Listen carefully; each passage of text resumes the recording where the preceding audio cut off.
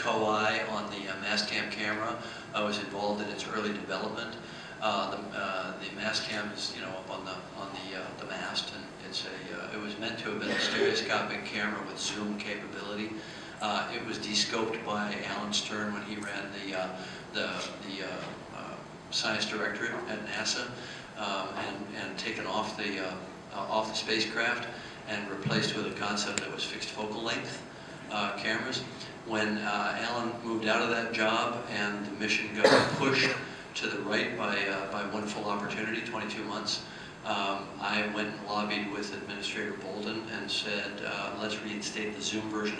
To be clear, I wasn't in charge of the Mastcam.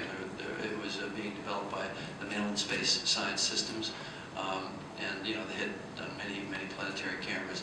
But I was sort of a consultant, co-eye to that, just on the basis of the zooms and the stereo, because I did 3D, and I knew zoom lenses. They hadn't flown a zoom lens system onto a planetary surface ever. So this was a pretty exciting thing. We're talking 5 years ago now.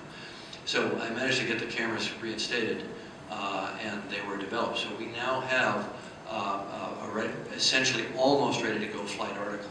At the last second, they decided not to fly it, but to go with the fixed focal length one, at which point they lost a lot of their stereoscopic capability, and they lost the ability to zoom in from a distance.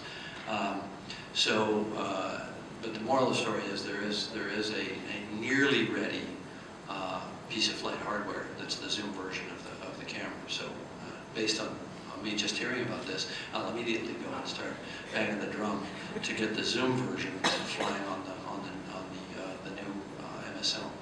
That'd be pretty cool. Okay, with that.